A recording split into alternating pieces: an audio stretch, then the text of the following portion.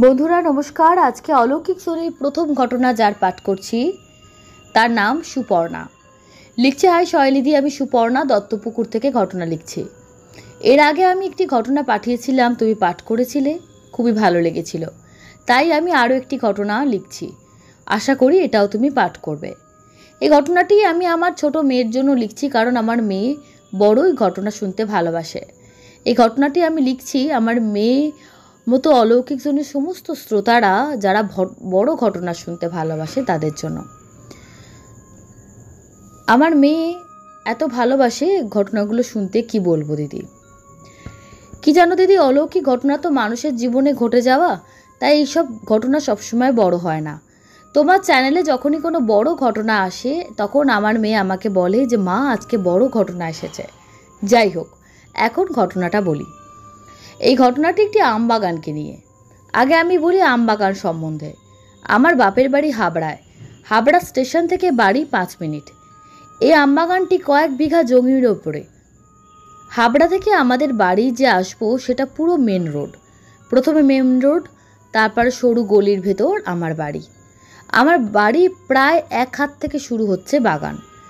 প্রথমে একটি মাঠ, তারপর বিশাল আম বাগান, বাঁদিকে আছে বড় পুকুর। পুকুরের গায়ে একটা বিশাল বড় তেঁতুল গাছ, আর তার পাশে একটা তাল গাছ পুকুরটিকে পুরো ঘিরে আছে। পুরো বাঁশ বাগান। যখনই তাল পড়ে তখন আমরা বাড়ি থেকে শুনতে পাই, কারণ গাছটি এমনভাবে ছিল যে তাল পড়লেই পুকুরে পড়বে। আর এই যে আম বাগান, তার এক পাশে আমাদের পাড়া, আর বাগানের ওই পাশে আছে আরেকটি পাড়া। মানে একটি নদী, এ পাশে একটি গ্রাম আর ওই পাশে আরেকটি গ্রাম, ঠিক এরকম। আশা করি বোঝাতে পেরেছি। আমাদের ওই পাড়া যেতে গেলে মাঠ পেরিয়ে বাগান পেরিয়েও যাওয়া যায়, আবার মেন রোড দিয়েও যাওয়া যায়। মেন রোড থেকে আগে একটা গলি, ও পাড়া থেকে বাগান শুরু করে আরেকটি গলি আমাদের পাড়া শুরু হয়েছে। এটা না বললে ঘটনাটা বুঝতে পারতে না। আমার বাবার মুখে শুনেছি যে মাঠটির কথা।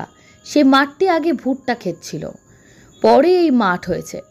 আমি ছোট থেকেই শুনছি এই বাগানটি নাকি ভালো না, কারণ তুমি হয়তো শুনেছ অনেক বছর আগে বাংলাদেশ থেকে হিন্দুদের কেউ মেরে ফেলেছে, আবার কেউ এই দেশে পালিয়ে এসেছে, আবার এদেশের মুসলিমদের অনেককেই মেরে ফেলা হয়েছে, যেটাকে হয়তো রাইট বলা হতো।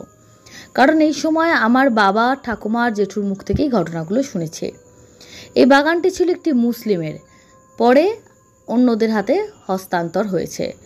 অনেকে আগের কথা বলছি, তখন এত আলো ছিল না, আর মানুষ মারা গেলে বাড়িতেই তাকে দাহ করা হতো। আমি যখন ছোট, তখন কিন্তু খুব ছোট না, আমি বুঝতে শিখেছি, তখন কেউ মারা গেলে পুকুরের পাড়ে ওখানে পোড়ানো হতো। দিনে পোড়াতো না, রাতে পোড়াতো। যখন পোড়াতো তখন যে হরিধ্বনি দিত, সে শুনে আমরা এত ভয় পেতাম যে রাতে কেউ বাড়ি থেকে বেরোতাম না। আর পোড়ানোর পরে ওখানে যিনি মারা যেতেন তার নামে একটা বেদি করা হতো। আবার এই বাগানটি ছিল একটি কবরস্থান, তাই পুরো জায়গাটি খুব খারাপ ছিল। তখন রাস্তায় লাইট ছিল না। লাস্ট ট্রেনে যারা আসতো ওই বাগানের সামনে আসলেই ভয় পেত। আমি তখন ছোট। একজন লোক লাস্ট ট্রেনে ফিরছিল ওই বাগানের কাছে, সে অনুভব করে তার পেছনেও কেউ আসছে। সে পেছন ফিরে তাকাতেই দেখে একটি কুকুর তার পেছন পেছন আসছে। এই দেখে লোকটি একটু জোরে পা চালাতে থাকে। কিছুটা হাঁটার পর সে দেখে কারোর আওয়াজ পাচ্ছে না। লোকটি একটু পেছন ঘুরে তাকাতেই দেখে একটা আগুনের গোলার মতো বল তার দিকে গড়াতে গড়াতে আসছে। এই দেখে লোকটি ভীষণ ভয় পেয়ে দৌড়তে থাকে। আমাদের বাড়িতে এসে জোরে জোরে দরজায় বাড়ি দিতে থাকে। আমার বাবা বেরিয়ে বলে, কি হয়েছে, আপনি কে? লোকটি বাবাকে সব বলে এবং বলে তাকে যদি একটু বাড়ি অবধি বাবা দিয়ে আসে। বাবা রাজি হয়ে যায়, তাকে বাবা আর জেঠু মিলে তার বাড়ি অবধি দিয়ে আসে। ওই আমবাগানের রাস্তার ধারে একটা বিশাল বড় আম গাছ ছিল। ওই গাছে অনেককে মেরে ঝুলিয়ে দিয়ে যেত, দিদি আমি নিজে দেখেছি। একদিন আমার বাবা বাথরুম করবে বলে উঠেছিল, তখন মধ্যরাত। আমার বাবার অভ্যাস ছিল যখনই বাথরুমে উঠবে হাতে একটা টর্চ থাকবে। আর আমাদের বাথরুম বাইরে ছিল, কিন্তু খুব দূরে না, বাথরুম থেকে ওই আম গাছটি দেখা যেত। বাবা দেখেছে কাউকে যেন মেরে ওই গাছে ঝুলিয়ে রেখেছে। বাবা ঘরে গিয়ে সবাইকে বলল যে আমাদের বাড়ির সবাই ঘর থেকে বেরিয়েছে, দেখছে কেউ নেই। বাবা টর্চ মেরেও দেখছে কেউ নেই। আমার বাবা খুব ভয় পেয়ে যায়। আমার একটি জেঠু, তার স্ত্রী মানে জেঠির খুব সাহস ছিল। একটু এলোমেলো মানে সাদা চুল কখনো আঁচড়াতো না, কেমনভাবে থাকতো। যতই রাত্রি হোক বাগানে ঘুরে বেড়াতো, কেউ বারণ করলেও শুনতো না। সে রাতে তাল কুড়োতো, আম কুড়োতো, কাউকে বারণ করলে বলতো আমি কি ভূতে ভয় পাই, বরং ভূতই আমাকে ভয় পায়। একদিন জেঠি রাত 2টোর সময় আম কুড়োতে যায়। আমি আগেই বলেছি আমরা আম বাগানে গেলে মাঠ পেরিয়ে যেতাম, আবার মেন রোডও ও পাশে। যথারীতি জেঠি মাঠ থেকে গেছে। জেঠি যখন আম গাছের তলায় যায় তখন কিন্তু কেউ ছিল না। গাছের তলায় কিছু আম কুড়ানোর পর জেঠি দেখে একজন বয়স্ক মহিলা তার সাথে আম কুড়োচ্ছে। জেঠি প্রথমে কিছুটা বুঝতে পারেনি। দেখছে ওই মহিলা আম কুড়ানো শেষ করে মাটিতে একটি পা আর আম গাছের ওপর একটি পা দিয়ে উঠে গেল। যে মানুষ কখনো কিছুতে ভয় পায় না, সে জেঠি দেখে ওই রকম অবস্থা দেখে সে এতটা ভয় পেয়ে যায় যে মাঠে না এসে মেন রোড দিয়ে দৌড়ে দৌড়ে জেঠি বাড়ি এসেছিল। বলে সেই মহিলার নাকি চোখ বলে কিছু ছিল না। আমাদের পাশের বাড়ির একটি ছোট্ট বাচ্চাও জলে ডুবে মারা যায়। সেই বাচ্চাটি আমাকে খুব ভয় পেত। সে মারা যাওয়ার পর অনেকেই ভয় পেয়েছে। একদিন সন্ধ্যার সময় খুব ঝড় হয়েছে, জ্যৈষ্ঠী মাস, প্রচুর আম পড়েছিল। সবাই আম কুড়াতে যাচ্ছে দেখে আমারও ইচ্ছে হলো যে আম কুড়োতে যাই। আমি যখন আম কুড়োচ্ছি দেখি আমাদের সাথে সেই পেছনে বাচ্চাটি। সে যখন মারা যায় তখন ওই বাচ্চাটির ঘাড় ভাঙা ছিল। ঠিক সেই রকমই বাচ্চাটির ঘাড়টি একদিকে কাঁপছিল, আর পা বলে কিছু নেই, মনে হচ্ছে যেন হাওয়ায় ভাসছে। দিদি নিজে চোখে দেখেছি, প্রচণ্ড ভয় পেয়েছি আমি। দৌড়ে বাড়ি চলে এসেছিলাম। প্রচুর শরীর খারাপ হয়েছিল, অনেক দিন আমি অসুস্থ ছিলাম। ওই রাত্রে আমি স্বপ্নে দেখেছি বাচ্চাটি আমাকে বলছে আমি মরিনি, এখনো বেঁচে আছি। এই দেখে আমি চিৎকার করতে থাকি। মা এসে আমাকে জড়িয়ে ধরে। আমি এতটাই ভয় পেয়েছি, রীতিমতো কাঁপছিলাম। পরে আমাকে ঝাড়ানো হয়। পরে শুনেছি বাচ্চাটির নামে পিণ্ডদান করা হয়। এই ছিল আমার ঘটনা। দিদি ভালো লাগলে তুমি পাঠ করে শুনিও। অবশ্যই পাঠ করলাম সুপর্ণা। তবে একটা প্রশ্ন আমার তোমার কাছে রইল, হিন্দু হোক বা মুসলিম, ওই বাঁশবাগানে বা ওরকম আমবাগানের মতো ওরকম একটি জায়গায় কেন সব দাহ করা হতো, এটা আমার একটা প্রশ্ন। কারণ আমি যত জানি যে কোনো জায়গায় হোক না কেন হিন্দু রীতিতে শব্দ দাহ করা হবে শ্মশানে, ওই রকম নাকি ওটাই একটা কোনো অরক্ষিত শ্মশান ছিল। তো এই প্রশ্নটা আমার মনের মধ্যে আছে, তো প্লিজ এটা ক্লিয়ার করো। মুসলিম রীতিতে হয়তো কবর দেওয়া যায় অনেকভাবেই, সেটা আমরা জানি না, আমি সেই নিয়ে কমেন্ট করব না। কিন্তু হিন্দু রীতিতে তো শ্মশান ছাড়া এভাবে দাহ করা যায় না, যে কোনো জায়গায় ইচ্ছা হলেই এভাবে দাহ করা যায় না। তো সেখানে কি দাহ করার জন্য কোনো স্পেসিফিক কারণ ছিল, কেন সেখানে দাহ করা হতো, ওটা আমাকে একটু ক্লিয়ার করো। এটা কিউরিওসিটির মনে রয়ে গেল। থ্যাংক ইউ সো মাচ বলবো তোমাকে এভাবে ঘটনা শেয়ার করার জন্য। আজকে দ্বিতীয় ঘটনা এসেছে বালি থেকে। ঘটনা পাঠিয়েছে, ওর নাম মৌমিতা আচার্য। মৌমিতা লিখছেন, দিদি ঘটনাটা 2016 সালের ঘটনা। আচ্ছা, তখন বৈশাখ মাস। আমরা এখানে একটি গানের স্কুলের সঙ্গে যুক্ত, মানে সেটি শুধু আমাদের গানের স্কুল না, এখানে গান, নাচ, আবৃত্তি, নাটক সব কিছু শেখানো হয়। প্রচুর স্টুডেন্ট আমরা আছি। তো আমাদের নাটক বিভাগের একজন দাদা, যিনি একজন লিলুয়ার একটি স্কুলের ভালো শিক্ষকও, তো ওনার বিয়ে ছিল বৈশাখ মাসে। ওনার বিয়ের সূত্র ধরে আমরা, ওনার বিয়ে হয় উত্তরপাড়ায়, উনি উত্তরপাড়ারই বাড়ি, বিয়েও হয়েছে উত্তরপাড়ায়। তো ওনার বিয়ের দিন না, বৌভাতের দিন আমরা পুরো নাটকের গ্রুপ, গানের স্টুডেন্টরা, নাচের প্রত্যেকে, মানে ওই স্কুলের প্রত্যেকে ইনভাইটেড ছিল। পুরো একটা গ্যাং আমরা গেছিলাম, খুব মজা হয়েছিল। তো এখানে একটা ঘটনা বলে রাখি, তো বিয়ে বাড়িতে প্রচুর লোকজন হয়েছিল, ভিড় হয়। তো সব স্টুডেন্টরা আমরা একসঙ্গে একই ব্যাচে খেতে বসতে পারিনি। কেউ আগে বসেছে, কেউ পরে বসেছে, কেউ বলছে বউ দিকে দেখবো তারপরে খাবো, কেউ বলছে ফটো তুলে নিই তারপরে খাবো। তো এইভাবে বলতে বলতে কিছু লোক বসে, কিছু লোক বসে না। এরম করতে করতে কন্যাযাত্রী এসে যায়, বা কন্যাযাত্রী এসে পড়াতে ন্যাচারালি যারা খেতে বসেনি আগে, তারা অপেক্ষা করতে লাগলো যে কন্যাযাত্রী শেষ করে চলে যাবে, তারপরে নতুন ব্যাচ বসবে।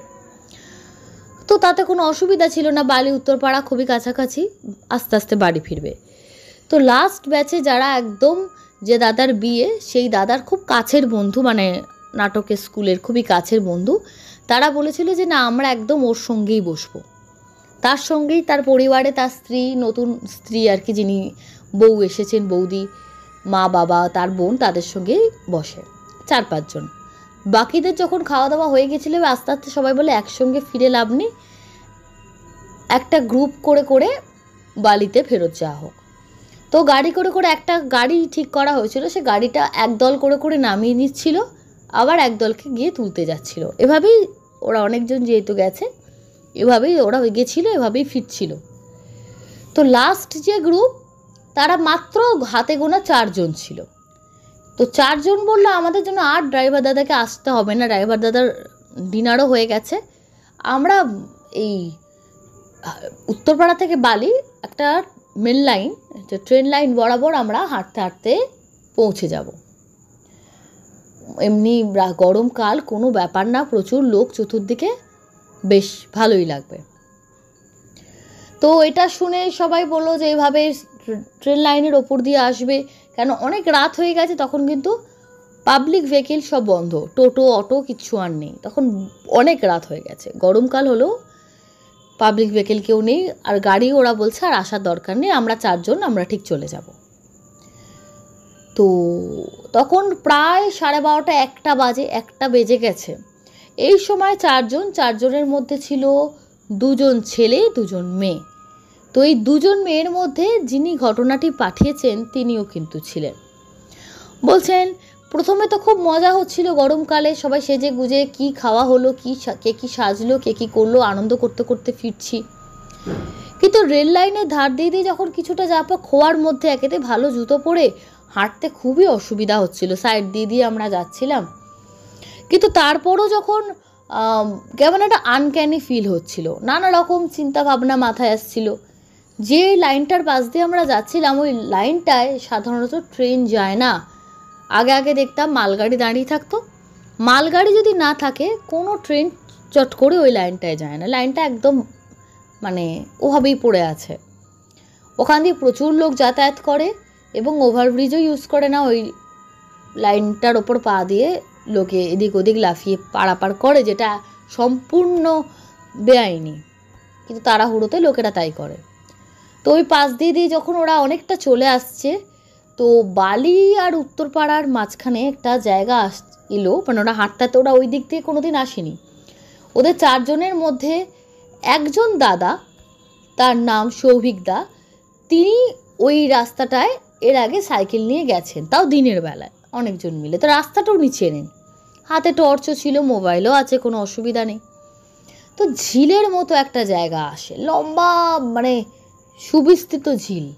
এই ঝিলটা শেষ হবে একটা জঙ্গলের মতো, ঝোপের মতো, তারপরে বালি স্টেশনের বর্ডার শুরু হবে আর কি, বাউন্ডারি শুরু হবে। তো সেই দাদা যখন হাত দিয়ে আর কি দেখাচ্ছেন, লাইট দেখাতে দেখাতে আসছেন, 2 জনের হাতে, 4 জনের মধ্যে 2 জনের হাতে মোবাইল আছে, 2 জনের হাতে নেই। ওরা আসছে, সামনের আলোতেই যেতে কোনো ওদের অসুবিধা হচ্ছে না। এরকম সময় পেছনের যিনি মেয়ে যে ঘটনা পাঠিয়েছেন, তিনি বলছেন হঠাৎ খচর খচর খচর খচর পেছনে আওয়াজ। তো পেছনে যখন মেয়েটি পেছন ঘুরে দেখে, হঠাৎ তার মনে হয় খচর খচর খচর একটা শব্দ হচ্ছে। পেছন ঘুরে দেখে যে একটা নেউল বা বেজি জাতীয় কিছু চলে গেল। তো বাকিরা খুব হেসে উঠলো যে কিরে, ভয় পেয়ে গেলি? নেউল তো, এরা ট্রেন লাইনে ঘুরে বেড়ায়। বললো না, ঠিক আছে। তো সবাই তাকে নিয়ে খুবই হাসাহাসি শুরু করে দেয় যে কিরে, ভয় পেয়ে গেলি নাকি, একটা নেউলের আওয়াজে ভয় পেয়ে গেলি? তো এইরকম যখন কথা চলছে, ঠিক সেই সময় একটা কুকুর পাস করলো। তো তখন ওদের ভয়টা অনেকটাই কেটে গেছে যে কুকুর বেড়াল রেল লাইন দিয়ে তো যেতেই পারে, আর এই লাইনটা তো এমনি ভ্যাকেন্ট পড়ে আছে, না যাবার কি আছে। আরও কিছু দূর যাবার পর এবার ওরা 4 জনে মিলে দেখেছিল অদ্ভুত বিষয়, ওরা নিজেরা হাঁটছে, ওদের সামনে ওদের তো ছায়া পড়ছে, পেছনে দেখছে একটা মানুষের ছায়া পড়ছে, অথচ যে মানুষটার অস্তিত্বই নেই, ওদের পেছনে কোনো মানুষই নেই, তার ছায়া পড়ছে এবং সেই মানুষটার ছায়ার গলা নেই। শুধু ধর অবধি আছে, তার ছায়া ওদের পেছন পেছন হাঁটছে। মেয়েগুলো শাড়ি পরে আছে, ছেলেরাও সবাই ভালো জামা কাপড়, একেতে পায়ে হিল জুতো। ওই অবস্থায় দেখে ভয়তে ওরে বাবারে করে দৌড়তে থাকছিল, এলোপাথারি দৌড়চ্ছিল। কিছুটা দৌড়ানোর পরে একজন পড়ে যায়, এবং পড়ে যখন যায় তখন ওরা বালি স্টেশনের একদম কাছাকাছি, তো ওখানে দূর থেকে কিছু দোকানও আছে, দোকানদাররা দোকান জানি না কী কারণে খোলা রেখেছিল রাত্রেবেলা বলে, না ভেতরে কোনো তাস টাস খেলা হয়। দুজন লোক ছুটে আসে এবং ওদের তোলে, বলে এত রাত্রে আপনারা কোথা থেকে আসছেন, এত দূর থেকে? তো বলে যে আমাদের এরকম বিয়ে বাড়ি ছিল, আমরা এরকম গাড়ি ছেড়ে দিয়েছি, এরম আসছি। তো সেই দোকানে নিয়ে গিয়ে তাকে পায়ে জল টল দেয় করে, বলে আপনারা যেতে পারবেন? বলে হ্যাঁ। তো কোনো রকমে তারা আস্তে আস্তে, এরপরে তো মেন রোডে এসে যায়, মেন রোড দিয়ে আস্তে আস্তে বাড়ি ফিরে। তো তখন ওই লোকটি বলে কোনো দিন এরকম লাইন দিয়ে ফিরবেন না, গরমকাল, বর্ষাকাল হোক, শীতকাল হোক, সাহস ভালো, রাত 1টা-1.5টা বাজে এই সময়, আজকে গরমকাল, আমরা এখানে আড্ডা মারছি বলে আপনারা পেলাম, নাহলে তো আপনারা বিপদে পড়তেন। বলে এরকম ছায়া, বলে এরকম ছায়াটা এরকম রেল লাইনে প্রচুর দেখা যায়, নতুনত্ব কিছু না। যারা রেগুলার যাতায়াত করে তারা খুব সাবধানে দিনের বেলা যাতায়াত করে, বা আলো থাকতে থাকতে, সন্ধ্যের পর থেকে ওই যাই না এইভাবে সাধারণভাবে। কিন্তু এইভাবে রাত 1:30টার সময় আপনারা খুব ভুল কাজ করেছেন। তো বাড়িতে যারা সেদিনকে ওরা ওই যে গানের স্কুলের কথা বলছে, সেখানে ওই রাত্রে ফিরে আসে এবং ওখানেই ওরা স্টে করে, কেউ কারোর বাড়িতে ফিরে যায়নি। পিকনিকের মতন একটা আবহাওয়ায়, মজার মতো একটা আনন্দের মধ্যে ছিল ওরা। বাড়িতে এসে তার পায়ে বরফ দেওয়া, তাকে নানা রকম সেবা শুশ্রূষা করা হয় যে পড়ে গেছিল, এবং পরের দিন সকালে এক্সরে করে দেখা হয় যে পা ভাঙেনি, কিন্তু পা মচকে গেছে, পা প্রচুর ফুলে গেছিল। অনেক দিন সে পা নিয়ে মেয়েটি ভোগে। তো পায়ের ব্যথা যন্ত্রণার জন্য যেটুকু জ্বর আসা সেটুকু এসেছিল, কিন্তু সব থেকে বড় ভয়ের কথা ওই স্মৃতি, সেই রাতের স্মৃতি মেয়েটিকে তাড়া করে নিয়ে বেরিয়েছিল বহুদিন। আজও সেই মেয়েটি বিবাহিত, তার মাঝে মাঝে ওদের গানের স্কুলে রিইউনিয়ন হয়, তখন আসে, বলে ওই বিয়ে বাড়িতে, দাদার বিয়েতে ফেরার পথের ওই ঘটনা ভুলবো না। সেই দাদা পরে যখন আবার সেই স্কুলে জয়েন করলেন বিয়ে শাদী হয়ে যাবার পর, তিনি যখন এটা ঘটনাটা শুনেছিলেন তিনিও প্রচণ্ড চমকে গেছিলেন। বলে তোমরা এরকম একটা ডিসিশন নেবে, আমি তো জানতেই পারিনি যে গাড়ি ছেড়ে দেবে অত রাত্রে। আমি রাজি হতো না, উল্টে আমাদের অনেক গাড়ি দাঁড়িয়েছিল, আমাদের গাড়ি করে তোমাদের পাঠিয়ে দিতাম। এরকম অ্যাডভেঞ্চার করতে গিয়ে তো এরকম হবেই। তো কি দেখেছো, সত্যি কি মিথ্যে জানি না, যদি সত্যিও হয় বা মিথ্যে হয়, রাত্রেবেলায় ভাবে আসাটা কোনো বাজে লোকের পাল্লায়ও তো পড়তে পারতে। তো ওটা খুবই একদম আনসেফ ডিসিশন ছিল, খুব খারাপ ডিসিশন ছিল। তো এরকম তারা ফেস করেছিল, খুবই খারাপ সিচুয়েশন। ঘটনাটা শুনে খুবই খারাপ লাগলো। তো সত্যি এইভাবে অ্যাডভেঞ্চারের নাম করে এরকম, যতই আনন্দ উল্লাসে মানুষ আমরা একটু বেশি এক্সাইটেড হয়ে যাই, কি হবে পরবর্তীকালে কিছু ভাবি না, তো সেটা ঠিক না। সরাসরি চলে যাচ্ছি কমেন্ট বক্স সেকশানে। কমেন্ট করেছেন সুবীর বণিক, লিখছেন দুটো ঘটনাই বেশ ভালো, বড়ই বেদনাদায়ক, ভালো হলেও বেদনাদায়ক, একদম তাই। সৌমেন্দু রায়চৌধুরী বলেছেন রেল লাইন ক্রস করা খুবই ডেঞ্জারাস, ইউজ করুন ওভারব্রিজ, একদম ঠিক কথা বলেছেন। পিনাকি সরকার লিখেছেন খুব ভালো লাগলো শহীদি, আরও কাহিনী শুনতে চাই, একদম ঠিক।